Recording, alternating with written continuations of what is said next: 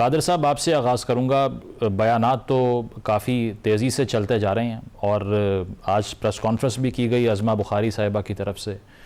उन्होंने ये कहा कि बिलावल साहब कल किसी का गिरबान पकड़ रहे थे और बाद में पाँव पकड़ते रहे। इसके साथ साथ आप भी मुतालिबा कर रहे हैं कि एक ऑर्गेनाइज रिगिंग हुई है आज़ाद कश्मीर के इंतखाबात में।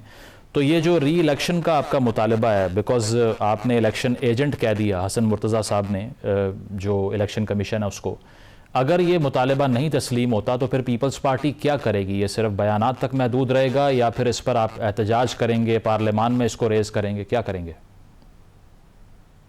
देखिए, पहले तो उज़मा बुखारी के बयान के ऊपर कि वो रात भर माफी मांगता रहा, तो मैं उज़मा बुखारी और मरियम नवाज से पूछना चाहता हूँ, रात भर किसकी जूते पॉलिश करते हैं वो भी साथ बता दे। हमने कोई जो है ना वो पाँव नहीं पकड़े, हमने किसी की मिन्नत समाजियत नहीं की। हम जमहूरी लोग हैं, जो बात करते हैं डंगी की चोट पे करते हैं। दूसरी बात ये कि आजाद जीपी वाले इलेक्शन में भी वोट की हमारी अक्सरियत रही, उसके बावजूद हमने ये एतराजात उठाए थे कि वहां धांधली कराए थे। मुस्लिम लीग नून एक पटवारी को चीफ इलेक्शन कमिश्नर बना के, पटवारी फितरत का नाम है, होगा वो भी किसी कोहली का जज होगा, जैसे ये जस्टिस है आजाद कश्मीर वाला। यानी इतना जाहिल आदमी है, दिन भर वो सोता रहा सतू पे के। एक हफ्ते से हम चीख रहे कि मरियम बीबी और नवाज शरीफ एक दूसरे को बोल रहे आप खुशखबरी सुनाओ, आप खुशखबरी सुनाओ, और जेब में बसे लेके और वो अनाउंस कर रहे हैं। इनकी वफाकी वज़रा, अमीर मुकाम सारे वहां मौजूद है। अगर आजाद कश्मीर का वज़ीर आज़म पीटीआई का आ जाए, जमा इस्लामी का आ जाए, उसका आ जाए, मौलाना फजल रहमान की पार्टी का आ जाए, क्या फर्क पड़ता है? पहले आग लगी हुई है। मुल्क का बुज़दिल वज़ीर दिफा पहले जो है ना, जब जंग के दौरान तो वो मुझे कहीं नजर नहीं आया, फील्ड मार्शल फौजून के साथ बॉर्डर पे और जगह मौजूद है। ये शख्स तो पता नहीं किस नहर में चड्डी पहन के जो ना वो नहा रहा था। सफारतकारी और वजीर दिफा, वजीर खारजा, वजीर इत्तलाक का किरदार तो बिलावल भुट्टो कर रहा था। और ये वही शख्स है जो माजी में फौज के बारे में कौमी असम्बली में क्या फरमाता रहा, वो भी आपकी नजर से वीडियो गुजरी होगी। फिर उसके बाद जब ये मुतालबात एक्शन कमेटी के कोई 3 मुतालबात से 36 से 38 हो गए, 38 में से 36 37 बता रहे कि माने गए बाकायदा उसको। जो एक आध मुतालबा रह गया कि ये मुहाजिरीन की सीटें हैं, उसके ऊपर आजाद कश्मीर की सुप्रीम कोर्ट भी ये फैसला किया है कि चूंकि ये आईनी मसला है, असम्बली के अख्तियार वो कर ले। पीपल्स पार्टी भी ये कह रही थी कि बाबा आप ये धरना शरना छोड़ दे, एहतजाज छोड़ दे, आप इलेक्शन में हिस्सा ले, आप अक्सरियत लेके और फिर आप कानून साजी करके खत्म करें।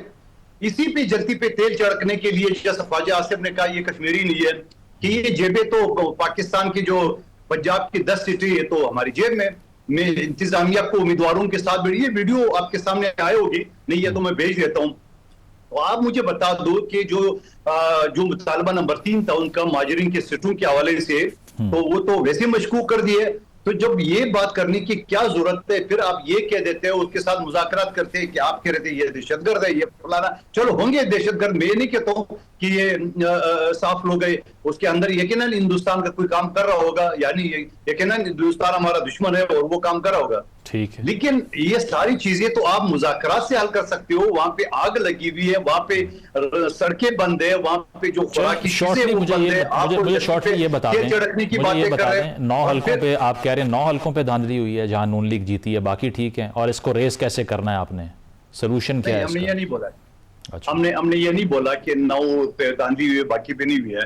देखिए हमारा जो हल्का है LA 12 जो चौधरी यासीन साहब का है, वहां 30 पोलिंग स्टेशन पे कब्जा हुआ है और कब्जा करके वो फुटेज आ गई है कि दहशतगर्द या गुंडा नासिर जो भी नाम दे दे, यानी 13 हल्कों के लिए पंजाब की CCD पुलिस जो कि बदनाम जमाना पुलिस है, वो 16,000 लोग वहां भेजे गए। तो क्या करते? यही बदमाशी गुंडागर्दी करेंगे और क्या करेंगे जो पंजाब में करते आ रहे हैं। तो आप मुझे बताओ कि 30 पोलिंग स्टेशन पे कब्जा किए, वो जो बैलेट बक्स उठा के ले वो भी फुटेज आपने देखा होगा। और फिर हमारे कारकुन मुख्तार यूनुस को शहीद किया गया, बाकायदा नून लीग के कारकुन, नाम भी सबको होता है, उमेर नईम क्या नाम है उसका, और 3 को जख्मी कर दिए। तो इस सारी सूरत हाल के ऊपर बजाय मरियम बीबी पे आके अफसोस कर ले कि हमें दुख हुआ है कि कारकुन जान से गए, वो आगे पीपल्स पार्टी को ताने दे रही। ये आपने जो लाहौर को सुर्खी पाउडर लगाया है तरक्याती कामों के नाम पे, वो तो एक बारिश ने दो दी है। आप किस बात की ताने दे रहे हो? पीपल्स पार्टी आज आप 2 नंबर सियासत में आए हो, फॉर्म 47 के तहत आप आए हो और आप जाके आप भी करें। लेकिन मैं ये कहूंगा मेरी पार्टी क्या फैसला करेगी, किस तरह वो क़यादत करेंगे, आगे क्या सूरत हाल। मेरी तो जाती ख्वाहिश है कि इस बला से जितनी बड़ी है जनरल जलाली हो और जियाउल्लाह की बातचीत हो उतने ज्यादा बेहतर है पाकिस्तान के लिए। मौक़िफ़ आ गया आपका, मैं जवाब ले लूं। चले मैं जवाब ले लूं। 3 से 4 पीपल्स पार्टी जीतेगी, जब रिजल्ट आ गया तो आप इतने परेशान। चले मैं जवाब ले लूं। सर्विस के मुताबिक रिजल्ट आया। कादिर साहब, ये फॉर्म 47 वाली जो बात है ये तो वाकई कॉन्ट्रडिक्शन है बहुत बड़ी। सिर्फ कश्मीर में ही 47 है, विफाक में नहीं है। अगर विफाक में भी है तो जो बात कर रहे हैं हुज़ैफा साहब, उन्हीं वोटों से जो सदर का ओहदा है या फिर गिलानी साहब का ओहदा है वो भी क्वेश्चनेबल हो जाएगा इस तरह। तो क्लैरिटी तो ना हुई फिर स्टांस में आपके। जी मैं बिल्कुल जवाब देता हूँ। पहले तो जब ये फरमा रहा है कि बिलावल साहब वज़ीर आज़म के रेस का घोड़ा है, तो मरियम बीबी भी तो वज़ीर आज़म की रेस की घोड़ी है। सबसे पहले तो तकरीर उसी ने की है मेरे चेयरमैन के खिलाफ बिलो द बेल्ट। वो तकरीर आपने नहीं सुनी जो मियां साहब बराबर में खड़े थे, उन्हें क्या गुफ्तगू की है, वो बिलो द बेल्ट नहीं था। नंबर 1 बात। दूसरी बात ये है, हम ये कहना चाह रहे जो आप कह रहे हमारे वोटों से ये बना, हमारे वोटों से ये बना, आप मुझे बता दो हमारे पास 2 रास्ते थे कि या तो हम पीटीआई को हमने ऑफर की, पीटीआई ने इनकार कर दिए, या तो हम नून लीग का साथ दे देते, साथ न देते तो क्या सूरत हाल होती, क्या हम बादशाह को दावत नहीं देते, क्या ये असम्बली और हुकूमत कायम खड़ी हो सकती थी, या अगर री इलेक्शन होता तो क्या इससे शफाफ होता। हमने कहा चलो ये लंगड़ी लूली जमहूरियत को सहारे दे। बिल्कुल जैसा मरियम औरंगजेब ने कहा, हाँ हमने जहाज खरीदा, हाँ मैं आईनी ओहदे लिए, मैं मानता हूं। जब आपके अपनी कैद ने छोटे भाई को ब्लैकमेल करके अपनी बेटी को वजीर आला बनवाया, अपनी समधी को नायब वजीर आजम बनवाया, अपनी बचपन के दोस्त को ख्वाजा आसिफ को बमाए बांजी वफाकी वजीर बनाया, तो क्या हम ये जो बगैर इख्तियारात की ओहदे ये भी ना लेते हैं। पुख्तनख्वा में हमारा गवर्नर है तो क्या हम पुख्तनख्वा हुकूमत पीटीआई का हिस्सा है? आपका सिंध गवर्नर है तो क्या आप हिस्से हो? तो ये एक अलग डिबेट है।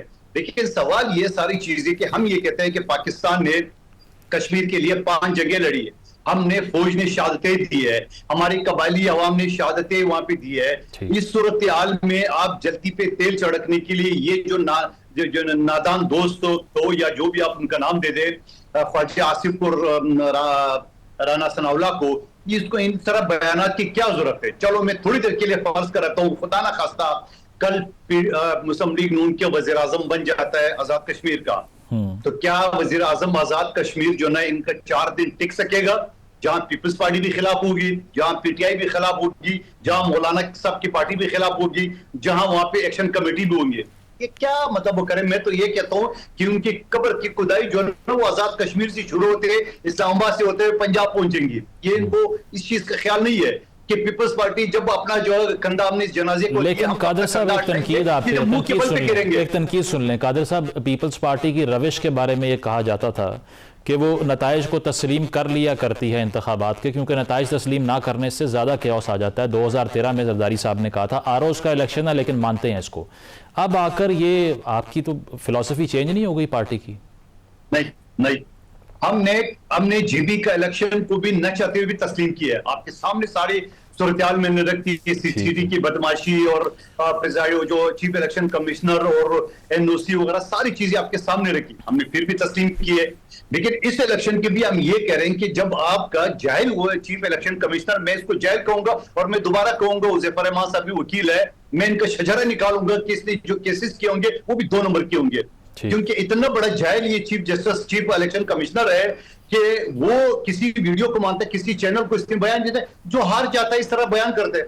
अरे बाबा आप सतूप पे क्या सोए हुए थे, वहां दिन भर खून खराबा हो रहा था, गोलियां चल रही थी, कारकुन हमारा शहीद हुआ, 3 जख्मी हुए, बेलर बक्स उठा के ले गए, आप जाहिलाना जवाब देते हो, जाहिलाना बयान देते हो कि ये तो चले कादिर साहब मैं जवाब दे दूं, पड़ेगा। मैं एक चीज ये कहना चाहता हूं, एक जुमला और जो हुज़ैफा रहमान साहब ने कहा कि कश्मीर में हमारी हुकूमत है, ठीक है, ये भी इनको अच्छी तरह पता है, जानबूझ के ये बातें करें कि वहां पीटीआई के 3 वज़ीर आज़म थे। आखिरी 6 महीने जब एक्शन कमेटी और पीटीआई दड़े हो गई है, तो ये मुतफका तौर पे ये वज़ीर आज़म जो हमारा फैसल राठौर है, ये कंसेंसस से हुआ। मैं जवाब दे रहा हूं। सही, हुज़ैफा साहब आपने सुन लिया। अब मुझे ये बताएं, मुझे जुमला मुकम्मल करने थे, हो गया एक जुमला का। अच्छा, आप ये कहते हैं कि वहां हमारा इंतजाम है, हमारा, इनको अच्छी तरह पता है कि जब इलेक्शन शेड्यूल अनाउंस हो जाता है तो इंतजामिया की आत कट जाता है। आप मुझे बता दो कि सुल्तान राजा जो चीफ इलेक्शन कमिश्नर है वो तो इमरान खान ने उसको तैनात किया। मैं मौक़िफ़ ले लूं ना हुज़ैफा साहब, मुझे